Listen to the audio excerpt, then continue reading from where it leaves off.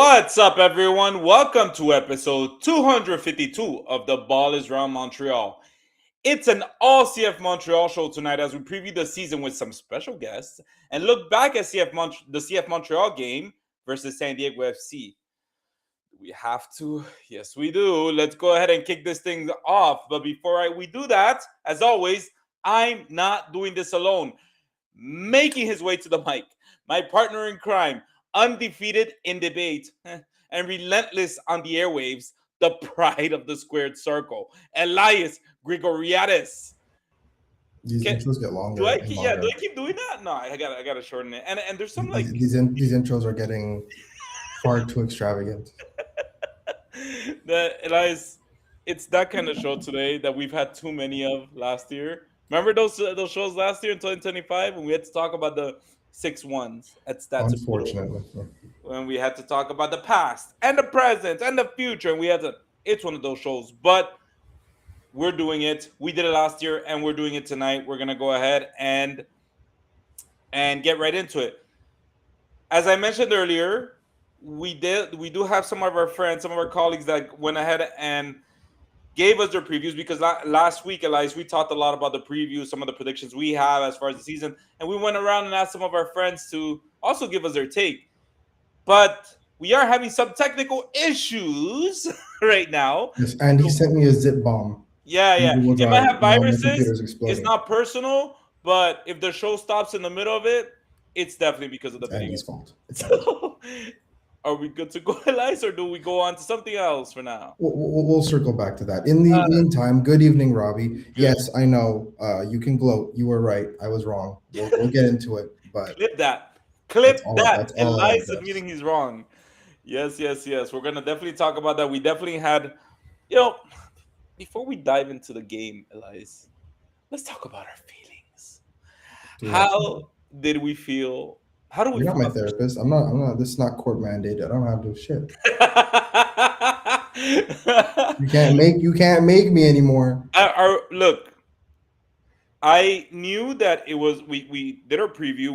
We said how we were excited to see a game. You were talking about almost tweaking about. We talked about it in person. We talked about it in the pod how excited we were about the game. But yet, Elias, it feels like after Saturday, we went back to that numb feeling of like, oh, another loss. It just, I don't know how that felt to you. I didn't really that didn't really hit me that hard. Honestly, it was more just like it was more annoyance than like the depression because it wasn't that bad at the start. It was like okay, I was like okay, maybe I won't, maybe I'll be wrong, maybe I'm wrong and they're not going to win, but like they were. If you flash back to last season at the beginning of the year, and we talked about how toothless everybody was, right? Everything was super conservative. Everything was out of shape, and nobody looked determined. This game, I don't know. At least they showed some heart. So you know what? I'll take with do with that information what you will, but I don't know. Look, I'm much less depressed than the beginning of last season. I know. Bonjour tout le monde. Whoa! Sorry. What was that? So we're good to go with the video. Okay, we're good. I love this Tuesday night show is going fantastic. So we're gonna go as originally planned. So as we mentioned, we asked some of our friends to do the preview for the 2026 season. Just to give you guys an idea of some of the questions that we asked them, what did they make of CF Montreal's offseason? What was the best or worst signing? Who do they see as the team's MVP this year? Where do they predict Montreal will finish in the standings? And finally, what would define a successful season in their eyes? For those of you listening on audio, a quick heads up, the clips are in French. Most of them are in French, but they do include English subtitles. So make sure to check them out in our YouTube channel with the video to catch the full experience. Elias and I just want to give a big thank you to Félix Lajoie of CanFC, Nilton George, and Sofiane Betzaza of Couscous Piri Piri, Maxime Truman of Dans les Coulisses, and David Gauze at SoccerWise for taking time to share their insights with us. Let's go, Elias. Bonjour tout le monde, c'est Félix au Cannes Football Club. durant l'entre-saison. Ce qui m'a un peu déçu, c'est le manque de signatures, alors que clairement, le CF Montréal savait qu'ils avaient besoin de certains renforts à certaines positions clés. Malgré tout, j'ai bien hâte de voir Dagur Thoralson en provenance de Orlando City. C'est un joueur qui a de l'expérience en MLS. Il a très bien fait en pré-saison et il a une bonne polyvalence. Il peut jouer autant à l'aile gauche qu'en défenseur latéral gauche. Ensuite, j'ai vraiment hâte à la prochaine saison, surtout pour voir les jeunes joueurs. On sait que c'est une tendance dans le foot européen. Les équipes se rajeunissent de plus en plus, prennent des chances sur certains jeunes talents. Et j'ai hâte de voir l'évolution de Sinchuk, Ivan Raime, Olger Escobar également et pourquoi pas Losenko, la nouvelle recrue du CF Montréal. Pour moi, le MVP de cette saison à venir, ce sera Prince Owusu. Il veut se tailler un poste avec l'équipe du Ghana en vue de la Coupe du Monde. Et clairement, l'année dernière, il l'a bien fait. Et là, avec des services qu'on espère encore mieux que l'année dernière, il pourra mettre le ballon au fond du filet à un rythme assez efficace. Et pour terminer, eh bien, mes attentes pour le CF Montréal, pour ma part, je les vois terminer au 10e rang dans l'Est, mais tout de même, je pense qu'ils vont se battre jusqu'au bout. Et par la suite, une saison réussie, eh bien, assurément avec un trophée, ne serait-ce qu'en championnat canadien, ce serait assez plaisant pour les partisans, mais ce serait pour moi un succès alors qu'on est toujours dans cette phase de reconstruction. Vos impressions sur l'off-season du CF Montréal? Meilleure signature, pire signature? En amont, je suis neutre sur les signatures. Je ne vais pas répondre à la question en donnant une réponse de merde qui est que la meilleure signature pour le moment, c'est Ivan Raime, parce qu'on n'a pas vraiment encore vu jouer d'une façon semi-permanente. Donc, Ivan Raime, réponse typique Sofiane, sans réponse. Deuxième question, qu'est-ce qui vous rend le plus enthousiaste pour la saison à venir? Pas grand-chose, mais à part la curiosité intellectuelle, comment Marco Dandel va gérer un groupe à temps plein en tant que permanent, entraîneur, etc. Et quelques nouveaux signatures MLS comme Carmona, voilà, notamment le milieu de terrain offensif, il est intéressant pour voir ce que ça va donner. Le latéral, milieu de terrain ailier islandais aussi. Les signatures MLS commencent intéressant et voir comment est-ce que ça va donner par rapport à l'an dernier. Bonus enthousiasme, le mercato d'été, en espérant un nom assez intéressant en termes de marketing et surtout de qualité sur le terrain. Troisième question, qui sera le MVP du CF Montréal? Ivan Raime. Question 4. Que doit faire le CF Montréal cette saison pour que celle-ci soit considérée comme une réussite? Faire les playoffs, c'est le minimum et le seul gage de réussite pour 90% des clubs. Les autres sont juste contents. Les autres sont les 10%, 5% qui veulent gagner, un autre 5% qui doivent gagner la Coupe MLS. Donc à voir. À quelle place le CF terminera-t-elle le championnat cette saison? Montréal va finir 11e. 11e cette saison, donc pas dans les playoffs, à moins que le format a changé. Non, 11e, pas dans les playoffs, mais je pense qu'ils vont se battre pour les séries. Donc voilà, c'était un plaisir. C'est ta dernière question? Oui, merci. Merci Andy, Elias, The Balls One Montréal. Full disclaimer, cette vidéo a été faite après la défaite de 5-0 lors du premier week-end. Je ne sais pas si j'aurais eu le même discours. Probablement un peu plus nuancé, mais quand même proche du discours actuel. Mais quand Andy m'a demandé de faire une vidéo sur mes prédictions, mes ressentis pour la saison 2026, ça reste que l'impression de dire different season, même résultat, parce que l'effectif n'est pas vraiment très, très différent de l'année passée. Oui, là, on a finalement un DP qui joue, contrairement à Vriani. Il faut espérer qu'il y ait plus de minutes, malgré sa blessure. Je pense qu'on s'enligne vers plus de minutes, on va avoir plus d'influence aussi pour Ivan Raime, surtout si il s'intègre bien comme milieu offensif derrière Prince Owusu. Mais, sincèrement, l'effectif, c'est pas beaucoup amélioré là, par rapport à l'écart qui existait avec les autres équipes. Donc, trouver que cette équipe puisse se retrouver en série, c'est quand même beaucoup de pensées magiques. Une bataille, peut-être, si tous les éléments vont bien pour les séries. Ça semble être l'objectif aussi de Luka. Mais personnellement, je suis un peu plus tendance Thomas Gillier. L'objectif de ce club-là devrait jamais atteindre les playoffs. L'objectif d'un club respectable en MLS devrait être toujours dans les 4 premiers pour espérer avoir des matchs de série à domicile, parce qu'en MLS, on le sait, c'est hyper important les matchs à domicile. Donc, est-ce qu'il faut encore attendre une autre saison? Est-ce qu'il faut attendre la fenêtre d'opportunité qui semble être plus adéquate pour Luka et sa gang soit cet été. Mais en même temps, c'est pas parce qu'on fait un transfert qu'on va réussir ces transferts. Ça aussi, c'est un peu de pensée magique. Là. Dire oui, éventuellement, quand Opoku va sortir, quand Sun aussi va sortir, on va se retrouver avec du budget supplémentaire. Mais des équipes avec du gros budget puis qui ont échoué leur mercato, il y en a. Donc, on peut pas dire que il faut attendre l'année prochaine parce que l'année prochaine, on va se battre pour les séries. Ça va dépendre encore de leur évaluation. Jusqu'à maintenant, l'évaluation des joueurs hors MLS, c'est pas tout à fait à point. Puis même les joueurs MLS, je veux dire, oui, il y a un avantage quand tu vas chercher un joueur MLS parce qu'il est déjà habitué au style, tous les défis de déplacement, tout ça. Mais si un joueur quitte une autre équipe, habitué surtout vers Montréal, c'est qu'il y a déjà eu une preuve que leur plafond est peut-être atteint déjà, puis que Montréal, lui, il se donne un petit edge, mais c'est loin d'être une assurance que le fait de faire venir un joueur MLS, c'est nécessairement un gros plus. Donc, pour moi, une saison qui va être encore compliquée, à moins que le 5-0 active le portefeuille, les idées de Luka Isagai. Puis pour le MVP, j'espère que ça va être un joueur offensif parce que si c'est un joueur défensif, si finalement c'est notre joueur MVP, c'est, je sais pas, moi c'est Torkelson parce qu'il y a Torkelson, je me mélange entre les sons. On va l'appeler Dago ou Efrain Morales. Ça annonce que la saison a été compliquée. Il faut que ça soit une bataille. Là. Il faut que ça soit une bataille entre Osu, Jaime, une éclosion de Sinchuk pour qu'on puisse au moins avoir du plaisir pendant cette saison-là. Je m'entends parler puis je trouve ça tellement décourageant de juste viser du plaisir. Mais un jour, on va se retrouver avec une vraie équipe, espérons-le. Yo, salutations boys de The Ball is Round.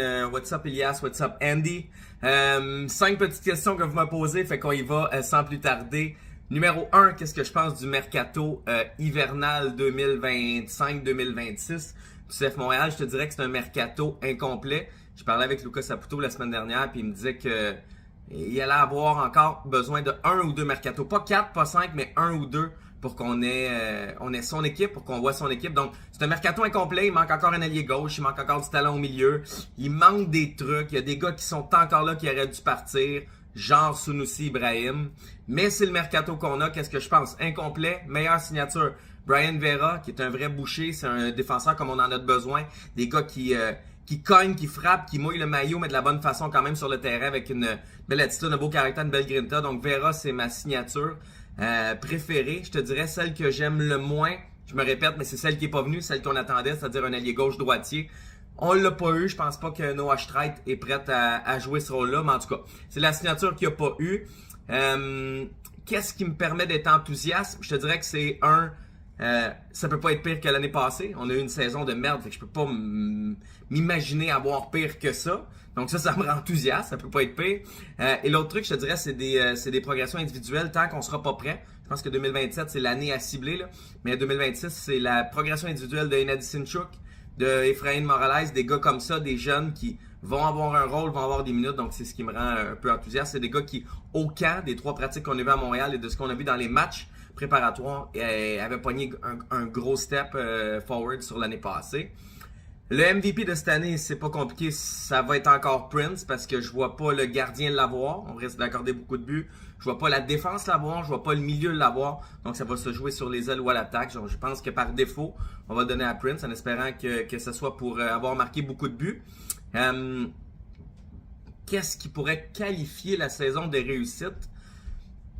Une finale en championnat canadien, tu sais, oui, une victoire en championnat canadien, mais au moins une finale, c'est-à-dire que tu te rends dans les 2 équipes MLS finalistes, ça pourrait être quand même une réussite pour une saison qui suit une saison désastreuse l'année passée. Ou autre chose, c'est de se battre pour une place en série, pas nécessairement les faire, mais si le dernier week-end, si dans Decision Day, on a un match qui veut dire quelque chose, ben ce sera quand même une réussite par rapport à l'année passée. Mais c'est de vraiment progresser. On peut pas voir la même équipe qu'on a vue à San Diego pendant plusieurs semaines. Là. Il faut qu'on voit de la progression. En terminant, ma prédiction, c'est que le CF Montréal va terminer 11e dans l'Est, peut-être 12e, mais je vais essayer d'être enthousiaste, on va dire 11e. Il manque encore de qualité sur le terrain dans l'effectif.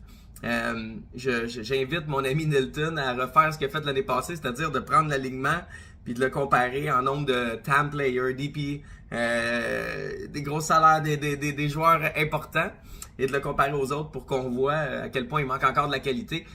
La formation est bien meilleure que l'année passée, mais la MLS, c'est une ligue qui va vite. C'est une ligue qui est en pleine expansion. La Coupe du Monde aux États-Unis, au Canada, au Mexique amène des joueurs de qualité en MLS. Il faut être capable de suivre la cadence. Donc, on jugera dans un ou deux mercato le long terme, mais pour cette saison, 11e, 12e, 11e, 11e. On va être optimiste un petit peu. Hi, peace. Hey Andy and the Ball is Round crew. David Goss here from SoccerWise, answering some of your questions here for this season preview for CF Montreal, starting with best and worst signings for this team. On the side with best, I like the addition of Brian Vera. Maybe I wouldn't have spent as much as they did, but I like the add of a guy with experience for some of these young players to play alongside. I think it's too hard to just put all young players together and expect them to perform at a really high level. I also like the addition of Dagger Dan. I think he is a solid MLS starter. He didn't maybe have that spot with Alex Freeman in Orlando, and I don't know that he has to be a fullback, but I'm always going to trust him to be on the field for this team. I like the money they got for Dante Sealy, but to what end? How many players can you produce and then sell, and what is going to be the core of your team? What I'm most excited about for the upcoming season is Efrain Morales. He's a player I've watched since he was 14 years old. I think he has a great future as a converted center back, a guy who's really confident on the ball. I think he reads the game well. Maybe not elite athleticism, so the game needs to be predictable for him, but that's where I like the addition of Vera alongside him if he gets to play center back. Loturi as well. And the question of who will be Montreal's MVP, it has to be Ivan Jaime. A guy with that pedigree and that much quality, whenever he's healthy, he has to be on the field for this team. I don't care what the minutes limit is in terms of when it triggers. If you want to be good, you play him. And if he's good enough to be worth it, then you go and you buy him. Have fun with the show. Thanks for coming on my show, and Ale Montreal. All right, man. Well, again, like we said earlier, at the Ballers Round, we're super thankful for everybody that contributed to that little preview. We try to make it a little different, right, Elias? Every time when the season ends, when the season starts, try to mix things up. But what'd you think overall? Just give me your quick impressions of what you heard from all of our guys that covered this team. I mean, a lot of really sound stuff. We've talked about a lot of those issues and a lot of those, maybe those sore points on the pod. And it kind of just goes to show how glaring they are, right? One thing that stuck out to me was Max Truman talking about, his conversation with Lucas Saputo, which he's doing a 3-part series on, by the way. Part 1 is out now. Read it. Amazing. Part 2 and 3 are sure to be just as interesting. But he talked about how Lucas Saputo said it's 1 or 2 windows, not 4 or 5. Yep. Which means right now, again, we talked about how from a depth perspective, they did an okay job this window, right? In terms of building a team that can compete across multiple competitions for a whole season. Okay, this is interesting. But that means that the next 1 or 2 windows have to be extremely aggressive from a starting quality perspective. You have to go out there and get some rock stars, right? Danger Torhalsen, Brian Vera, Thomas Aviles, people like that are excellent depth pieces. And some of them are starting quality, right? People like Brian Vera, people like Danger Torhalsen are starting level MLS players, absolutely. But if you're talking about your rebuild is going to be done by this time next year, rock stars. Yeah. Designated players, TAM players, real high-level stuff needs to be brought to this club because you are now putting this pressure on yourself, right? You're telling a journalist that your rebuild is going to be done in 12 months. You better put up or shut up because if it's not, heads need to roll because you are now putting yourself, on trial almost. So that was really interesting. And I can't wait to see what Max Truman talks about in the 2 follow-up articles for that series. But that was probably the big piece of news in there is that, this rebuild's almost done, folks. So it's either great news or horrifying news and nowhere in between. I'll say this. Just like the Habs fan, right? The Habs fan, the Canadians fan, they know what a rebuild is. They know that their Habs went through some horrible moments during their rebuild. And I know that a lot of people say that in soccer, rebuilds are a lot quicker than hockey or football or American football. Truth is, if Lucas Saputo is telling that, and again, as you mentioned, Elias, thank you so much, Max. Little scoop for the ball is round, but like Elias said, read. Max Truman's article, super interesting. Sit down with Lucas Saputo. The point being is, we're in the middle of it, folks. We are in the middle of the rebuild, so that means there's going to be some disastrous games, and that's going to lead me right into the San Diego game because, as you guys know, or maybe you guys turned off the TV after maybe the first goal. I don't know.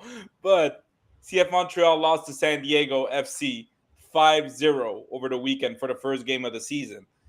And we were talking about our feelings, Elias, and all that. But the point is, what I want to kind of go back to is that, yeah, we're in the middle of it. So in a sense, by Lucas Saputo saying that, he's kind of telling guys, I mean, the fans, and the media, we still have that excuse if we're losing games or we're not having the best season. We are in the middle of it, and I need more windows. But as you said, Elias, that means that 2027 is the year.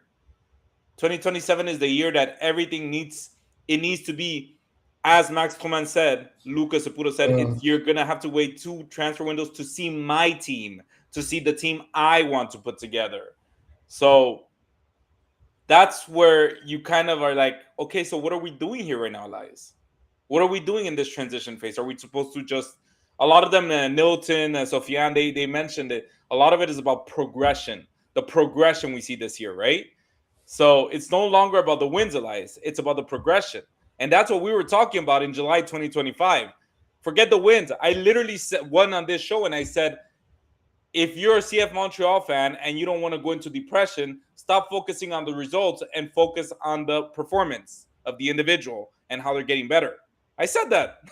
And now Lucas Saputo is pretty much saying the same thing. So all that to say, thank you so much, guys. Please, like we said, it's in French. We did our best. I did our best in translating it, but I saw some pieces there that I messed up in. It's all good.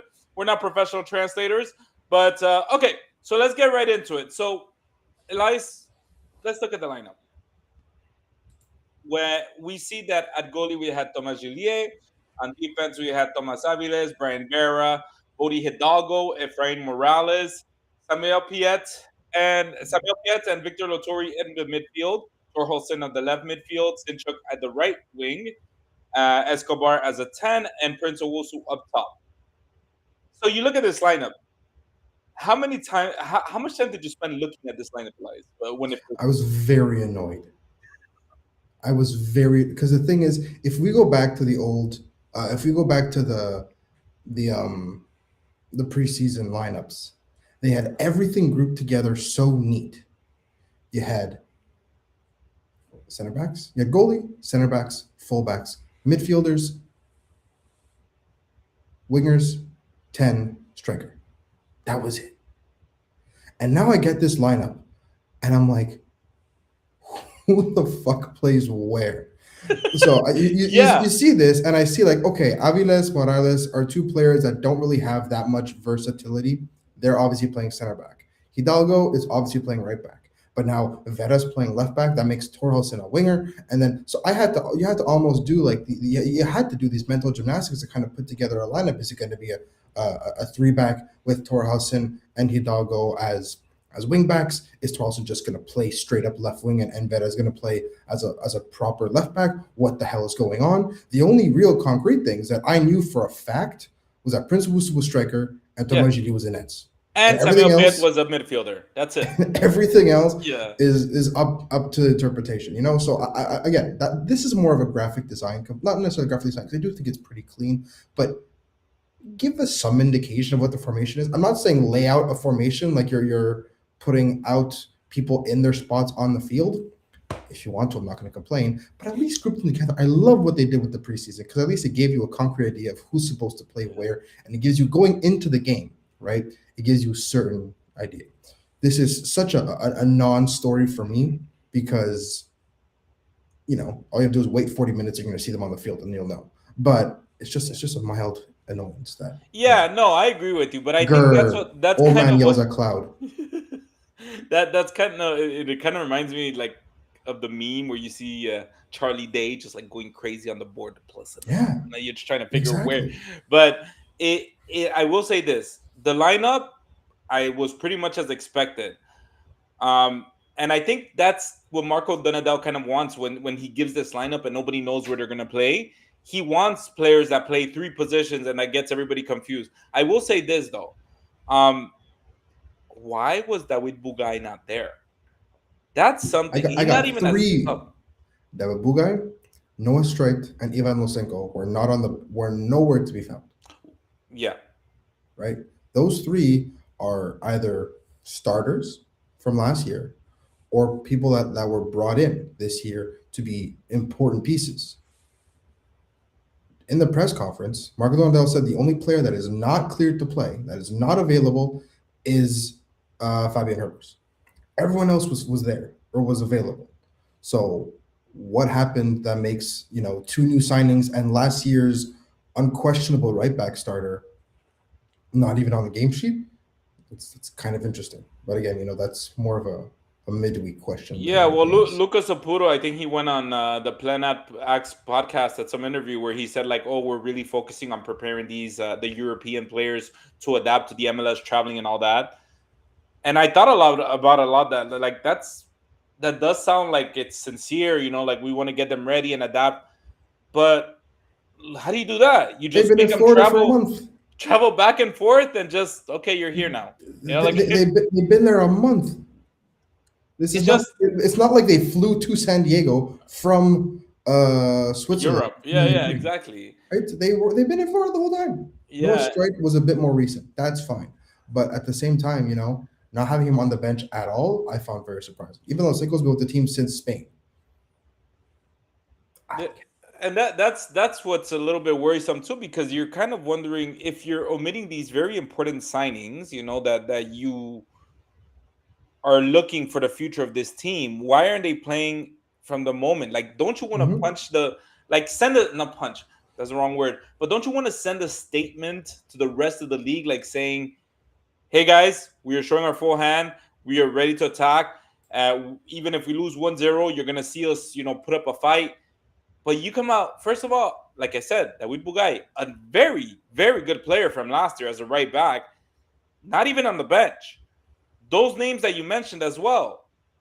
I mean, what's the deal? Like, what are we doing? So, I mean, if you really want to get these players ready for the traveling and all that, give them 20 minutes at the end of the game and really get them the whole experience of the MLS. But if you're completely omitting them from the game day squad, it doesn't make sense what we're doing. I don't understand it. Now, I will say this. In the post-game press conference, Marco Donadel also said this was 2 games in one. There was the game before the red card of Tomas Aviles and the second game of after the red card of Tomas Aviles. What do you think of that when you hear that? I mean, he's not wrong.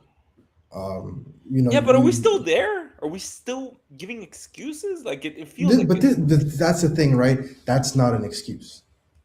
If CF in the second half had pulled the goal back and the goal got overturned, and then he says, we had that goal and maybe that changed the tide of the game, that's an excuse. Getting sent off on the road against one of the best teams in the league, who is on fire right now and has also already played competitive games, that's not an excuse. That's just the reason you got pummeled. The second the ref went to the monitor, I knew this team was going to lose. It was at over. Least 3-0, right? That's just the reality. So that's the thing. I don't think of it as an excuse. I think of it more as a reason. And I feel like there is an important distinction between the two because, again, he's not like, he's not trying to shirk responsibility, right? I mean, I don't think anyone can hide the fact that they did not play well. Even down 10 men, there were still gaps. And, look, he still tried to play his way, which is, I guess that is also a statement in and of itself. But my bigger concern is not what happened in the last half hour of the game or last, 40 minutes of the game. That is more of just, an afterthought. The first 50 minutes did propose a lot of very interesting things, a lot of good and a lot of bad, but definitely stuff we could talk about that has a lot more weight than, that fourth goal. Gilles should have saved it. Yeah. All right, man. I mean, he should have. Oh, what are we talking about? Yeah. It's Or the it's fifth so goal, tough to whatever. evaluate. The one, the near post one. He should have Yeah. saved that, but whatever. It's tough to evaluate because you could see. I mean, I maybe I'm crazy like that, Elias, but I'm always looking at the game when everybody leaves. Everybody's annoyed by the score, whatever. They turn off the TV. I'm watching it closely. I want to see the players' body language. I want to see how they react to a fourth goal, to a fifth goal. What do they do? That's important to me because that shows the kind of character you're getting from these new players or old players. Now, CFM Data Zone tells us I don't want to blame Donadell after only the first game, but what poor preparation for the match, especially against a team like San Diego that likes to draw the ball in and play on the opponent's press. That's actually a good statement to say because that kind of brings up the question. Did CF Montreal over prepare? Did they prepare at all? Or did they under prepare? Like it's almost the same thing, but Here's the thing. I really liked 3/4 of that first half. Like a good half hour of that first half, I really liked it. Right? Set pieces are going to be set pieces. Again, oh my God, surprise, surprise. They can't defend a set piece. Water is wet, fork found in kitchen. Like this is not news to me. It's annoying, and will that ever change? I mean, George Campbell was the only player that managed to provide any stability on terms of set piece defense. So I guess we'll have to wait and see about that. And the other moment was Efrain Morales kind of losing focus and swantoning into the ball, and also Brian Vera that led to the 2-1 the other way that scored. Besides that, this is important to remember that this is the best midfield, arguably the best midfield in MLS in San Diego, in terms of keeping the ball, in terms of, like CFM Data Zone said, in terms of keeping the ball, drawing in pressure, and then playing out from the back. One of the best teams in MLS, and for a very large chunk of the game, they had San Diego clearing their lines. They had San Diego giving the ball up in very awkward positions, and they and a bunch of times just straight up dispossessing them. So I liked a lot of what I saw. The problem is, and again, it comes back to this system. This system that when it works is delightful and it's disruptive and it's a bitch to play against. But the second one guy makes a mistake, and we're going to be broken records here, the second one guy makes a mistake, the house of cards falls apart. Efrain Morales misreads the ball, gets overeager, tries to win it, misses it, 2-1 that way, goal. And what was a respectable 1-0 deficit at halftime, at the stroke of 45 minutes, becomes 2-0, and then all of a sudden the entire morale of the game changes, right? But I want to focus on the other 30 minutes in that half because there was some really promising stuff. Notably, in terms of preparation, San Diego didn't really have an answer for that. They profited off of mistakes, even the free kick goal, even the corner goal, right? That was mismarking. That wasn't a well-drawn set piece. That's Right. just I think it was Escobar who missed his marking, Mhm. and it's a free header, right? So both goals came off of not San Diego's creativity or their quality. It was off Montreal mistakes. Saying stamp out the mistakes is easier said than done, obviously. But I think that in terms of taking the game to another team for the first game of the season, I don't hate it. Look, I'll say this. I know you But they mentioned lost it. 5-0, so Donadell has to get fired and the entire team has to get sold and burn something to the ground.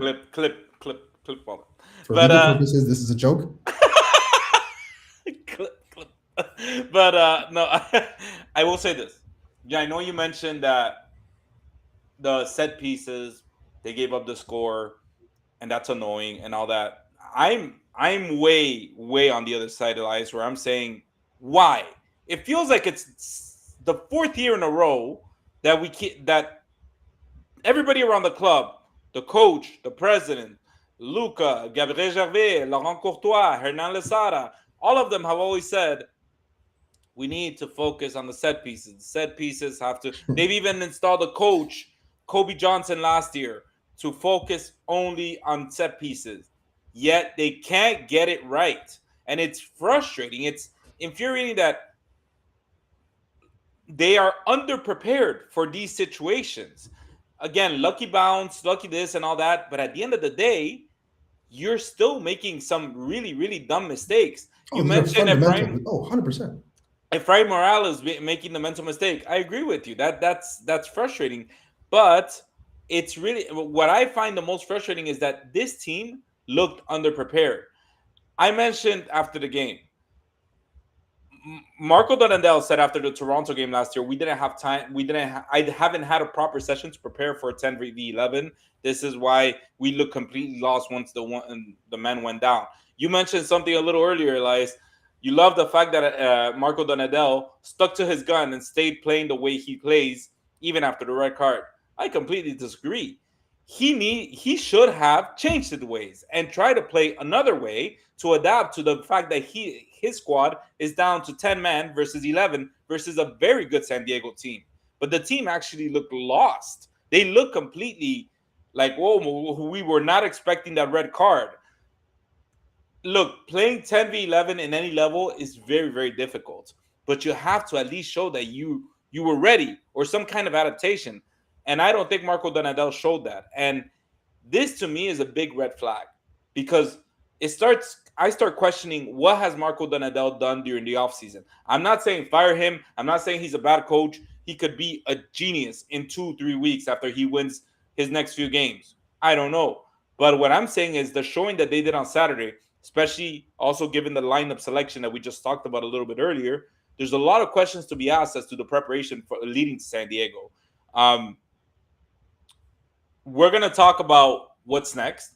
But before that, I just kind of want to talk about each position. So you mentioned a little bit about Thomas Gillier. How would you evaluate his performance in this one, in a game that quickly got away from the team? Did he do enough to keep Montreal within reach at any point? Were there maybe any moments where you felt he could have handled things differently, whether his positioning, decision-making, or command in the box, that might have given the team a better chance to stay competitive? He didn't. I mean, look, you look at the both goals in the first half, right? One was off a free header right in front of him. You know, any contact you get with the ball there is bonus, right? And I don't think anyone had any expectations of him making a save there. It was a good header. It was a free header. That happens. Second one's a 2-on-1 in soccer, right? You know, he made the first save. You know, when it's a 2-on-1 and you have the defender who's also just like tracking back, it's not like a set 2-on-1 where the guy's in front of you. You're kind of just like, you have to play the shot. And so he made the first save. Rebound goes right to, you know, that's unlucky. But at that point, you're just focusing on keeping the ball out of the net, not where the other guy is. And then after that point, you know, him keeping them in the game, I mean, like, you know, you're down to 10 men and they're kind of running rampant and they're getting free shots everywhere. So I don't blame Thomas Gillier for this result. I do think the last goal he should have done better. It was more or less at him. It was near post. Whenever a goalie gets beat near post like that, when a player cuts in and then just hits in your post like that and it goes in, the goalie never looks good, right? So that's a bit unfortunate. But again, you know, like when the team in front of him is down to 10 men and the game plays out the way it played, I don't really fault him. Yeah, you know. Yeah. No, I don't agree with think you. Jonathan Sirois would have done any different, if that's what you're asking me. Yeah. Let's talk about Jonathan Sirois not being with FC Dallas on Saturday. Let's not. Oh my God. But what I want to know is like, okay, so Thomas Gillier, I don't think, in my opinion, that this game should be we should blame him for this game. There you go. I was trying to find my words. We should blame him for this game because no, he didn't do anything wrong. He didn't do. We've seen goalies like Jonathan Sirois in the past do costly mistakes that cost this team a loss or a win. Sorry. Yeah. But Thomas Gillier didn't do that. But he also didn't do anything to say, well, at least Thomas Gillier had an excellent performance that night. No. When we talk about progress, when we're talking about with Nilton, Sofiane, Maxime, they're talking about progress this season. Thomas Gillier started exactly where he left off last year. I still didn't like his long distribution. I mean, also that it was kind of difficult with 10 men, but again, he didn't do anything spectacular. It was a performance to be forgotten for everybody, but more than anything, Thomas Gillier was kind of forgotten. I mean, he led in 5 goals and he didn't do anything spectacular. So, as you mentioned, I think any goalie would have with that team in front, and we'll get right to the rest of the field in a second. But I don't think Tomas Gillia did much to help or um, help the other team if you want. Let's talk about the defense. Okay. Looking strictly at the back line with the fullbacks and the center backs and the defensive structure, including the subs who came on, who stood out to you as a top performer? Even if he did make the mistake that cost them the goal, I loved Efrain Morales' game. With the ball at his feet, he was by far the best defender on the team. He was breaking lines like it was nobody's business. And when you talk about the ball playing defender that can progress play, someone like a Joel Waterman, someone that they didn't really have on that team with Jalen Neal wasn't there last season. Efrain Morales was, at least in possession, was the general. And I was super impressed with his game, right? And it's again, this is kind of his profile where he instinctively goes into tackles, be it in the air or into challenges, be it in the air or on the ground, and he gets himself in awkward positions or gets his teammates in awkward positions. And that was effectively what led to the goal, right? He saw it, he trusted his gut, he went up for the ball, he missed. Brian Vetta was also out of it, and then Thomas Aviles is stuck, in a 2-on-1, and you're kind of just, up a creek without a paddle. So that is unfortunate, but I still really did like a lot of what I saw from him. Again, when a team loses 5-0, I don't have a whole lot of nice things to say about the defense. Mm-hmm. We're not going to talk about Aviles because he made it. We're going to talk about Aviles. Let's be honest. No, we will in a second. Absolutely, right? Yeah. A tackle 2 minutes in at midfield or whatever, like the first 5 minutes of the game at midfield, completely unnecessary, and he made it, and I was like, oh, this is going to be a problem. And so everyone's like, where are my center back yellow cards leading to a suspension is going to go? Now that Joe Waterman is in here. You found him. It's Thomas Aviles. He's going to get you your yellow cards. Anyone that took the over on yellow cards on the season, thank Thomas Aviles. But besides that, Brian Vetta was kind of, I feel like he was more focused on not having a bad debut, and he was kind of just there. He tried his best, but it looks like, and I was talking to my friend about this, it looks like him and Dangar Torolson have never played a game together, which they haven't, which explains the lack of chemistry. And Bode Hidalgo, JF made a comment. Hidalgo was so bad I was fuming. Second half, Hidalgo was unwatchable. I didn't hate his first half. I thought that he kept his side. Wait, stop. I'm going to stop you right there. The first minute of the game, what did Hidalgo do? First minute of the game. Yeah, he messed up. But I think for the large part, a lot of the progression that was made from San Diego, given that Dreyer is on the opposite side, was made through Vera, or was attempted to be made through Vera, right? My bigger concern with Hidalgo is the absolute abhorrent lack of chemistry with Hennady Sinchuk. Yeah, oh my God, Jesus. Yeah. Right? You saw Bugay and Sinchuk looked a lot more simpatico last season. And even when Sinchuk didn't have that good of a game, the two of them complemented each other very well. Mm-hmm. Hidalgo and Sinchuk, figuratively and literally, do not speak the same language out there, right? And they are not in sync. So again, this is a big. I mean, Bode Hidalgo did miss a big chunk of when he was there in Montreal last season due to injury, but at the same time, you had an entire offseason. You are a right back. There's only one right winger on the team. You should make it your priority to showcase how good your chemistry is with the only right winger on the team. So I did not love his game overall. And mainly because going forward, he provided absolutely nothing for Sinchuk in terms of support, in terms of overlap, in terms of any kind of creative options. And so with that, my question now is, what is wrong with David Bugay, and when can he get back? Yeah. There are a lot of questions. I don't think people are asking enough questions about David Bugay. I think we're all focusing on how bad a player played on Saturday, which is fair, but nobody's asking the questions like what the hell happened with David Bugay. CFM data zone tells us 100% agree with the lies on Sinchuk and Hidalgo chemistry. Yeah, let's talk about that. So you gave your take. I'm going to give mine. Defensively, I really like Brian Vera's performance. I like that. I thought that I know you said that he kind of focused on not having a bad game. I saw it more as him acting as a leader. acting as a leader in the sense of that, like, we're in He's desperate the most times. experienced guy there. It makes Exactly. sense. We're in desperate times. We're on a red card. We're any mistake I make will possibly lead to another score. So I will behave as professional as I can. Now, I've heard from people in practice, and I think other people have probably heard this, is Brian Vera is not the softest guy in the practice field. He might actually get some red cards this season. Do not be I mean, surprised. he got one in preseason too. So There you go. You see, he is hot headed, but that's what I liked about seeing on Saturday. He understood the situation and he said, "Not this game. This game, I think I'll stay professional." And no thanks. beyond I choose that, life. I really like the fact that he's really. I felt like he played really well the man to man. He stuck to his man. He covered his side, and San Diego did attack his side a lot, but I would never say it was vulnerable, unlike the other side with Hidalgo, which was very vulnerable.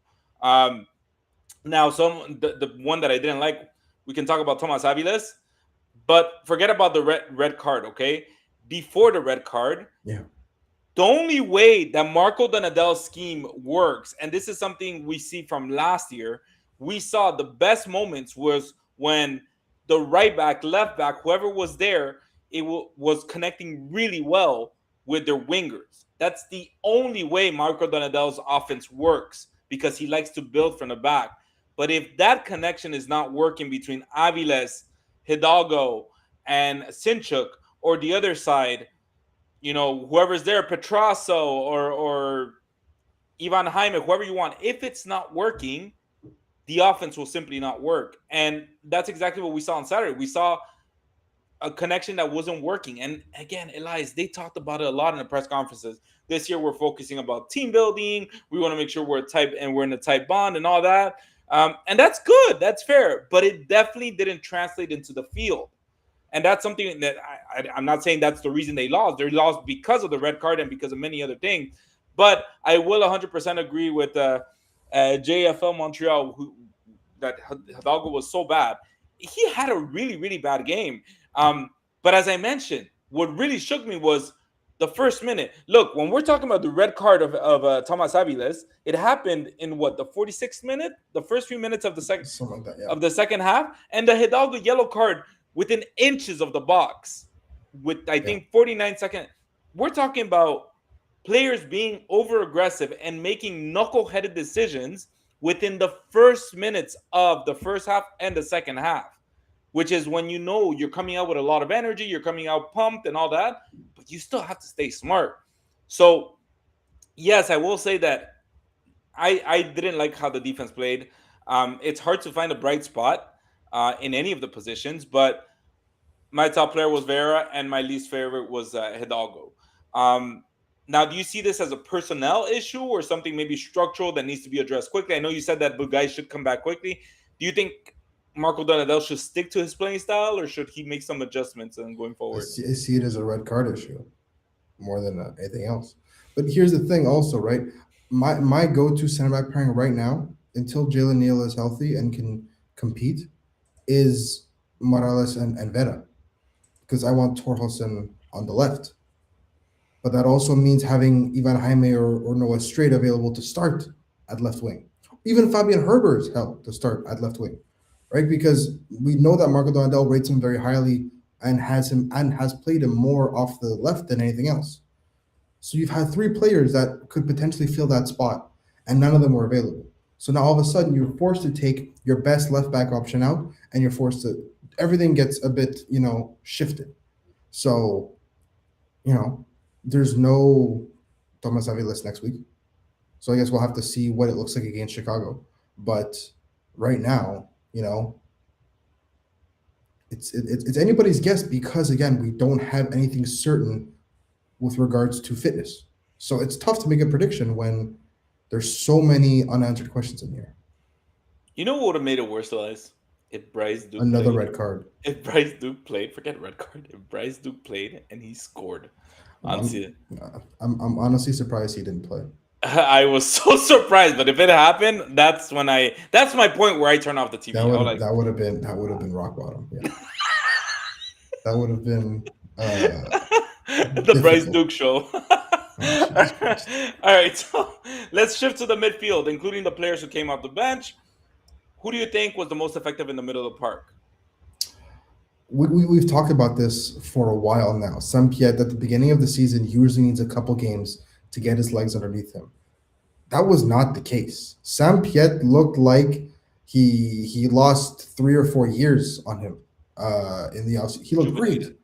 He looked him and Laturi together. I had concerns, obviously, because I was like, I thought Longstaff was going to play because of my previously, because of all our previous experiences with Piet, especially at the beginning of the season, coming off a long off season where he had surgery and everything like that. He was inactive for a long period of time. I thought Longstaff was going to start. Samuel Piet starts, and he is excellent, right? And we talk about, I talked at length at the beginning of the show about how much I enjoyed the press and how much for a huge chunk of that first half, San Diego had nothing except backwards passes and pot shots. And that's due in large part to Laturi and Piet holding it down in the middle of the park to a T. So I was really impressed with that. And again, once you're down to 10 men, life especially in the midfield gets a lot more complicated. You concede a goal, like 2 minutes after they after the red card, something like that. It was in like the 53rd or 54th minute that San Diego scored to kind of compound everyone's misery.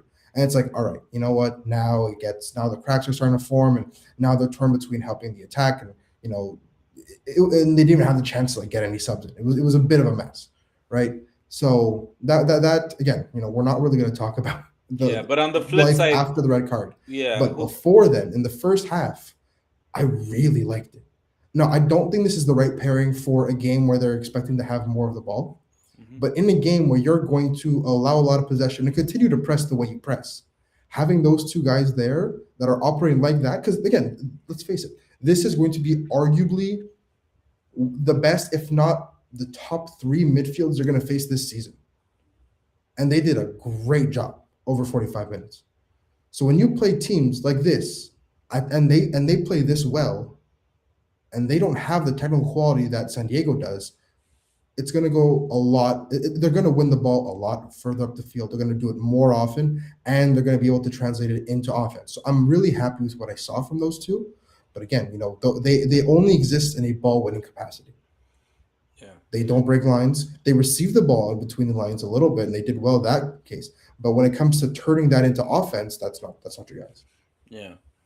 Look, I thought that Samuel Piet, like you mentioned, had, I don't want to say an excellent game, but he is the Samuel Piet that we expect. We've been waiting for since last season before he had the injury.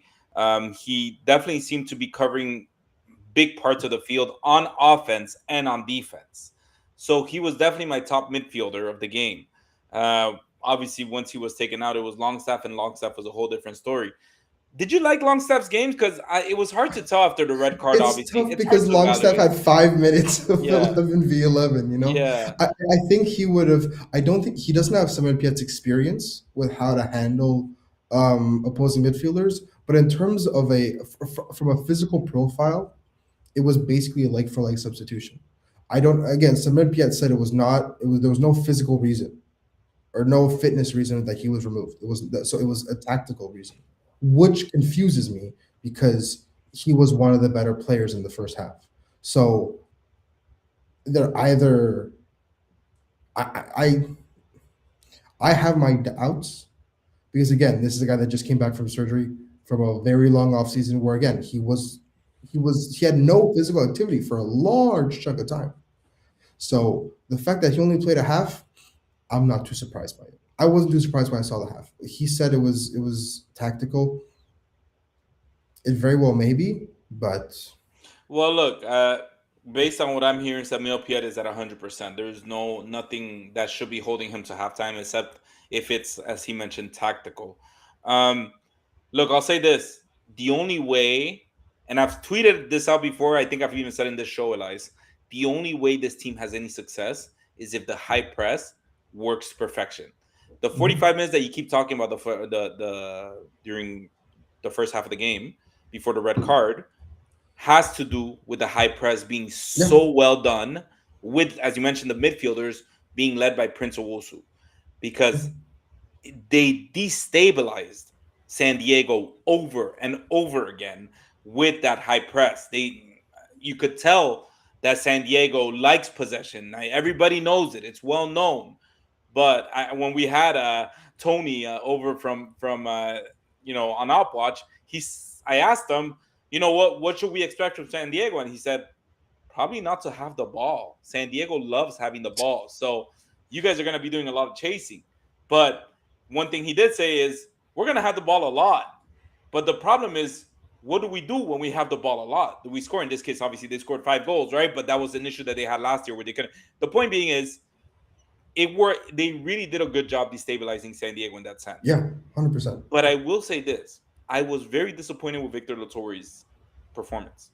I think he does really well. He lasts the whole game, and he can give you that same energy. We talked about it over and over again.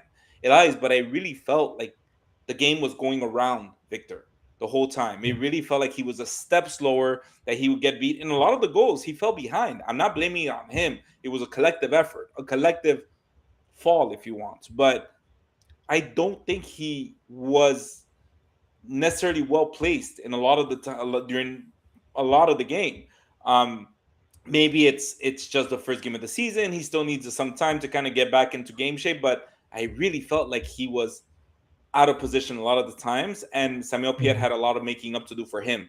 But you know what? Maybe again we'll see a different game in the next few seasons. Let's move on to the forwards. Was this an attacking unit that was let down by the buildup, or did they fail to capitalize on moments they had? So I want to know, what is your take on the attack? Like, what did you like what you saw from Sinchuk, Torholson on the left, Prince Owusu, Osher Escobar? Kind of a weird mix. I wasn't really expecting that, but what do you think? I mean, look, I expect 3 of the 4 to be perennial starters this year, right? Owusu, Escobar, and Sinchuk will be starters. Torholson, hopefully, will be the starter at left back and not at left wing. But I expect all of them to be involved in the attack this season. So I was happy to see them all out there at the beginning of this game. In possession, I didn't love Escobar or Sinchuk's game. I felt like they were overrun at times in the midfield. Of course, when you have Bode Hidalgo not really giving you anything in terms of chemistry, and Hernandez Sinchuk not really, attempting anything, right? You talk about people like Dante Sealy that sometimes would take matters in their own hands. They would attempt to dribble. They'd attempt to cut in. Hernandez Sinchuk was waiting too much for something to be presented to him. That being said, I did enjoy what they did without the ball, right? And you talked about it, right? In terms of Opwatch, get used to not having the ball. And Ladi Sinchuk and Ojer Escobar, one of the main reason Ojer Escobar did not play as much minutes as everybody wanted him to play last season was because he was not reliable in the press. He was not reliable without the ball. He was out of position, he was losing his duels, and he was kind of letting them build out too easily. I really liked what I saw from him in that first half. Again, it wasn't exceptional, but the way that he did kind of work off of Prince Owusu it's a noticeable improvement, because you would see him in the press last year and it was rough because he was basically one of the bigger liabilities in that first blockade that teams have to get through in terms of when they want to build out. So the fact that I saw Hernandez Sinchuk and Ojer Escobar look a lot more at ease in this system and look a lot more in tune with what Donadel wants is promising. The problem is when you play on the road, especially, and you're comfortable, and you have to be comfortable getting 40% of the ball, you have to make the very rare possession you get count. And they didn't. They didn't at all.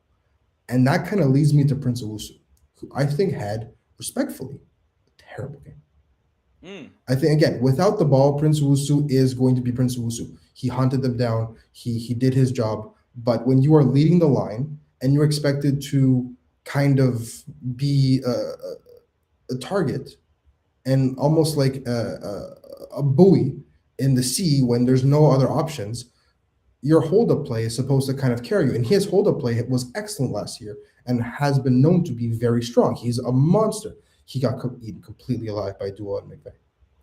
That center back duo ate him alive completely. He had nothing going. He couldn't turn. He couldn't play with Escobar, Sinchuk, and Torhasson. He couldn't combine with anybody. Every single time he got the ball, it was 1 or 2 touches, and then it was either all the way back to Pietro Motori or dispossessed. And he had one chance where it was a 3-on-2. He had Torhasson to his left, he had Sinchuk to his right, and he picked the wrong pass. It happens. But the thing is, when you're playing on the road and you're playing against a team that gives you so little of the ball, you have to make those count. I don't think he got a shot on target, unless it was towards the end of his before he got subbed out. And unfortunately for him, everybody was just not open, right? And again, it's not just his fault. I told you, right? I wanted Sinchuk and Escobar to impose themselves on the game more in possession. They didn't. But as a collective, it was rough. Torhasson was the only one I actively liked for the entire game because he was the only guy trying things. He was the only guy getting at the defenders. He was the only guy really kind of, playing as a direct forward, which makes me all the more optimistic when he plays left back and he has someone like Ivan Jaime to play off of. That was the biggest takeaway for me in the first half, was that on that left side, getting Ivan Jaime and Dango Torhasson on the same page together is what's going to, galvanize this team to be competitive. Remember last year, it was right wing, they progress. The left wing is used just to switch the ball or cross it, and then they go back to the right. Yeah. Now that you actually have tangible left wing threats, Owusu said it in the pregame availability. Teams have to now focus on multiple fronts. So Dango Torhasson was the only bright spot for me going forward because he was the only one actively doing anything. Yeah. So the fact that you could have him and Jaime in the same area is going to be a huge headache. Yeah. I agree with you. I think in the attack, and just before I get into the attack, okay, I did forget to mention something about the midfield. A lot of people are saying that the game changed the moment that Thomas Aviles got that red card and CF Montreal went down 10 men. Fair. I think the game changed completely once Victor Latori got his yellow card, because that changed Victor Latori's game. That did 100%. He no longer, he was being aggressive, he was being physical, he was on. It was a terrible yellow card. 5 minutes into the game, you can't give a booking for that. I'm sorry. But it was a bad decision by Victor Latori. He did put him but that's not a yellow card. 50-50. You're playing away. They're always going to give you a yellow drama card. Queen. But at the end of the day, that to me that changed the game, because when I saw that yellow card, I was like, oh, Victor Latori can no longer play Victor Latori. He has to play another way, and it's way too early. And then the red card happened and whatever. Anyways, going to the attack, I completely, and you guys may have noticed, because I did say that in every position, we will also talk about the subs, favorite and least favorite. As you guys see, we didn't talk about the subs because there were no least favorites, no favorites of the subs. They did nothing to end the game. But moving on to the attack. So Dago Torhasson, you're absolutely right. I do like what he did.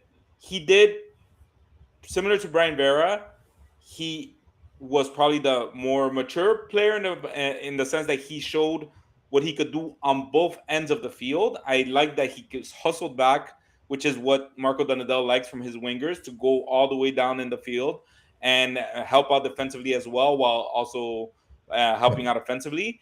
But I still don't think that he's a left winger. I don't think that's what he's going. That's what they see him as for the future. They probably are just putting him in the meantime that Ivan Jaime, can play some more minutes or can become the starter for this team. And maybe he'll be a backup in that position if ever they want to put somebody else on the left back, or during maybe a stretch of the season where there's a lot of games. But he did just the right thing. He had a few interesting plays, and I do like how he would go across the field with the ball. Prince Owusu, forgettable night, but also I won't blame it all on him, because I do like what he did on the high press. I think he is a different striker. He said it last year at the beginning of the season in a pregame press conference. He said, the defensive aspect of my game is extremely important, and that's coming from a striker. And as we heard, Max, Nilton, David Gauze, everybody was saying either even Jaime or Prince Owusu. Even Max said it, right? Prince Owusu by default. It can't be by default. Just got to watch one game by this guy, and he is hustling out there defensively. So really like that aspect, but obviously offensively, it was frustrating for everybody. Henadi Sinchuk, we talked a lot about it in the preseason games. We really like his build, how he seems to. I did feel like he was falling down on the ground too easily at times. He would obviously get back up, which is always encouraging.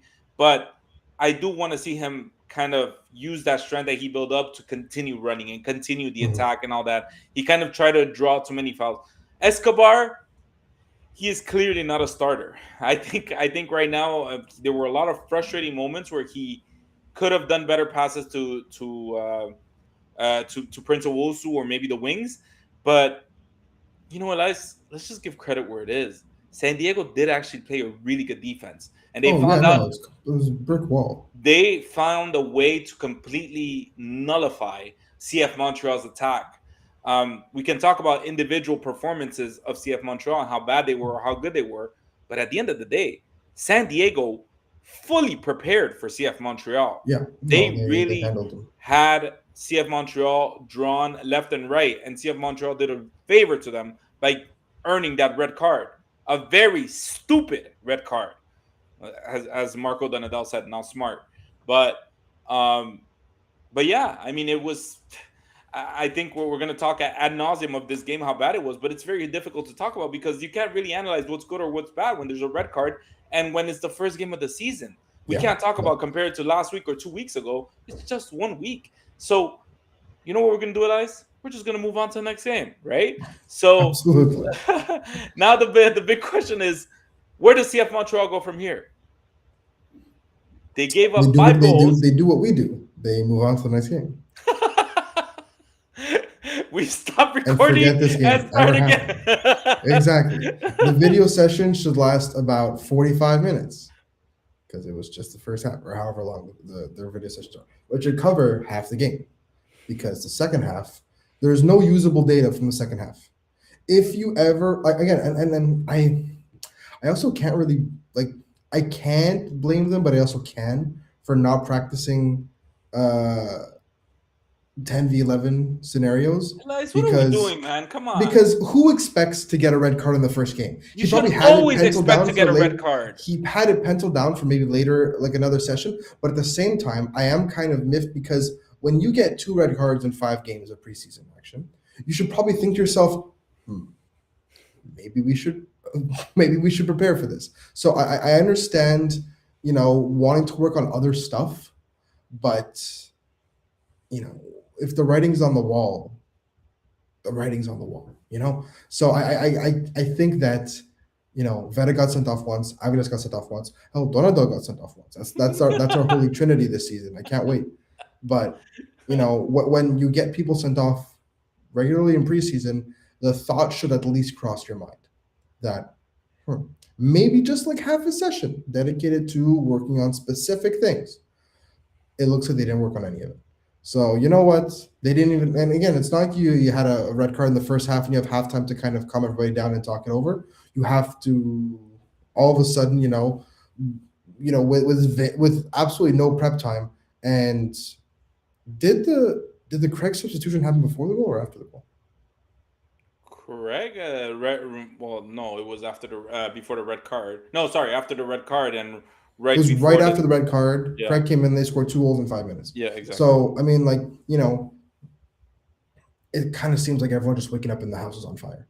And for your first game of the season with a bunch of new players, the last thing you need is for the house to be on fire. Yeah, and I do want to do one thing because I did say we want to move on to the next game, but we did have one of our followers, Alain, who gave us his take on the game, and we said we are going to share it, right, Elias? We're going to share his take and kind of discuss it. He had like a thought. Yeah, some thoughts. If you want to go ahead and show us. Oh, did you? Oh, I didn't put it in. All right, we'll move on to the next game. Alain, we're so sorry. We're going to go ahead and show it a little bit later, but yeah. So looking ahead to the next one, which is with the Chicago Fire. What are maybe some expectations, early predictions for this matchup that you might have? Please, God, don't let Joel Waterman absolutely lock up everybody, because that would be, devastating. Completely. An angry Joel Waterman. Please, God, no. Please, God, Yeah. please, God. I don't know if I've said please enough. Please, God, no. Don't let this happen. He will celebrate, Elias. He will celebrate. Oh, he will. I'm not saying necessarily score. What I'm saying is, just in a position to, just make Montreal's life a living hell. He's intimately familiar with this formation and with the system. So, it'll be very curious to see how he handles Prince Wusu. But I, for one, am very interested with this matchup. I think it could be a really fun matchup. And again, Joel Waterman, for better for worse, is still an excellent defender at the MLS level. So it's gonna be fun. Yeah, well, look, we have one of our listeners, Kane Viktorovich, that tells us that he's going to be at the next match at Chicago and he hopes to see at least a goal from our boys. Yes, same here. They scored a lot of goals in the preseason. Why not transfer it over to the season, right? But look, one of the things that I'm looking Chicago forward. Fire away was Marco Dondel's first game as well. So, sorry? Oh, yes, last year. Yes, you're right. It was a deja vu. But what I wanted to say is that this game is going to be crucial. It's just the second game of the season. I'm not talking about the whole season. I'm talking about morale for the team. Yeah. The team needs to come back, completely make us forget week one. Even if it ends up being a draw 0-0, 1-1, 2-2, whatever you want. Make it a morale win where you can actually believe in yourself and believe that. And, it's also a very important game for Marco Donadel where he can actually, make his players feel confident that his style works, that week one was just a random occurrence, something that will never happen again. But whatever it is that they practiced on during the offseason, all these weeks in Spain and Florida, it actually works and it's worth it. And it's not always going to lead to a game losing 0-5 or 0-7, whatever you want. It's just a forgettable game and it should never happen again. And Robbie tells I us have we Alan's want. comment. Okay, Waterman Robbie. played for Just before I Canada. move on, we want Robbie. We want Waterman to play well for Canada men's national team purposes. Sure, Robbie. Of course, yeah. 100% I mean, agree that's with true. you. Just not against CF Montreal. Any other game? I Go. wish him. I hope he is the best player on the Chicago team that loses. Well said. Well said and well explained. Okay, let's go ahead and pop up We do have a comment from Alan who's probably gonna listen to the show. So if you're listening to this after the fact, Alan, shout out, Alan. Hi. So you want to go ahead and show his comments of the game of San Diego? Yes, unfortunately, my computer is attacking me again. All right, because of the virus that Annie said. Here it is. This is a heavily turned over squad. Timing and spacing and chemistry won't be sharp in February. The issues in the first half were more about execution than structure. That's an important distinction. Early growing pains were expected with this level of change. And I completely agree with him, right? It's the execution of it, right? The execution of, winning the ball high up, which they did many times, into sustainable offense. It's the execution of, keeping your shape and trusting your teammates to make the defensive play instead of you rushing in, leaving space behind, stuff like that, right? So again, it's unfortunately both goals were the fault of players who were already here and who should be maybe the more responsible ones defensively, but 100% this is now about, applying what you've learned. And I'm starting to understand what Marco Donadel meant when he said all these new guys adapted to the system surprisingly quickly. Because we talked about it. Brian Vera and Dagor Tohosen were on it. Thomas Aviles, maybe not so much. But in terms of his positioning, right, his decision-making notwithstanding, because remember, he did ask for kamikazes. You can't be surprised when a kamikaze explodes. That's what a kamikaze does. But from a positioning perspective, he wasn't really caught out all that much. So I do understand what he means by adapting to the system well, and that he's kind of on the right page. Just next time, don't get sent off. And I'll give you 2 thumbs up. The bar's not that high. And that's what we want. That's what the players of CF Montreal want. Elias to give them a 2 thumbs up. That's what they aim for. So with that said, I completely agree with you. Like I said, I feel like the Chicago game needs to be a game that is about a moral victory. Doesn't have to be a 5-0. And I'll say it again. I've said it in the past. And after what Max told us that Luka told him, I'm going to say the same thing, guys, to our listeners, to anybody that listens to the show. Do not focus on the wins. Focus on the progress, on the performances, and how well they. Because at the end of the day, the wins might not come until a lot later. So just for Positive your, mindset. I've said it in the past, for your mental health, right? For our mental health, we focus on the progress Yay. and performances. And Elias's thumbs up after each game. So, do you think we'll see any tactical adjustments, lineup changes, or shift in mentality ultimately for next game? No, I don't. If Marco Donadell is going to do this against San Diego, he's going to do this against Chicago. So expect the same exact thing. Lineup, I guess we'll see who's available and who's not, but I'm hoping to see an actual left winger out there and Dagor Torholsen at left back, because Brian Vera and Efrain Morales should be the starters. That is the logical decision for me, at least. And yeah, again, this is all about fitness and availability. So Yeah. Yeah. I don't think Marco Donadell is going to change much. I think he's going to stick to his guns. A lot of coaches, when they get fired, and I'm not saying Marco Donadell is going to get fired, far from it, but a lot of coaches, one of the reasons they are given why they get fired is because they never changed their ways. They never wanted to stray away from their. But at the end of the day, the best coaches also, like we can talk about Pep Guardiola, we can talk about Jose Mourinho. You know, the best coaches in the world stuck to their guns, stuck to the way they they did, did. and they just coached better. And Marco Donadell needs to be a better coach. I'm not saying he's a bad coach, but he needs to figure out a way to adapt his game and stop giving excuses. Absolutely. All right. So I think that does it for the show tonight. If you're listening right now and you're not subscribed, first of all, we're not mad. We're just disappointed. Go ahead and smash that subscribe button to support the ball this round. It's free. It helps the show. And honestly, it's just the right thing to do. And while you're at it, make sure to follow us on all of our socials for daily updates, clips, and takes that probably should have stayed in the group chat. But thank you so much for everyone who joined us tonight. We hope you loved the show. A huge shout out to everyone who joined the Patreon this week, who follows on Instagram, who follows us on Facebook, on X, on Blue Sky. Thank you to all of you. You guys are legends. And for everyone who tuned in tonight, thanks for sticking with us. Make sure to join us next week for episode 250. We'll be talking CF Montreal, Roses FC, and maybe sprinkling in some FC Super de Quebec. Elias, we have a lot of exciting stuff coming up. A lot of interviews. We've got practice clips. We're all over the place, Elias. Exactly. When are we gonna find time for ourselves?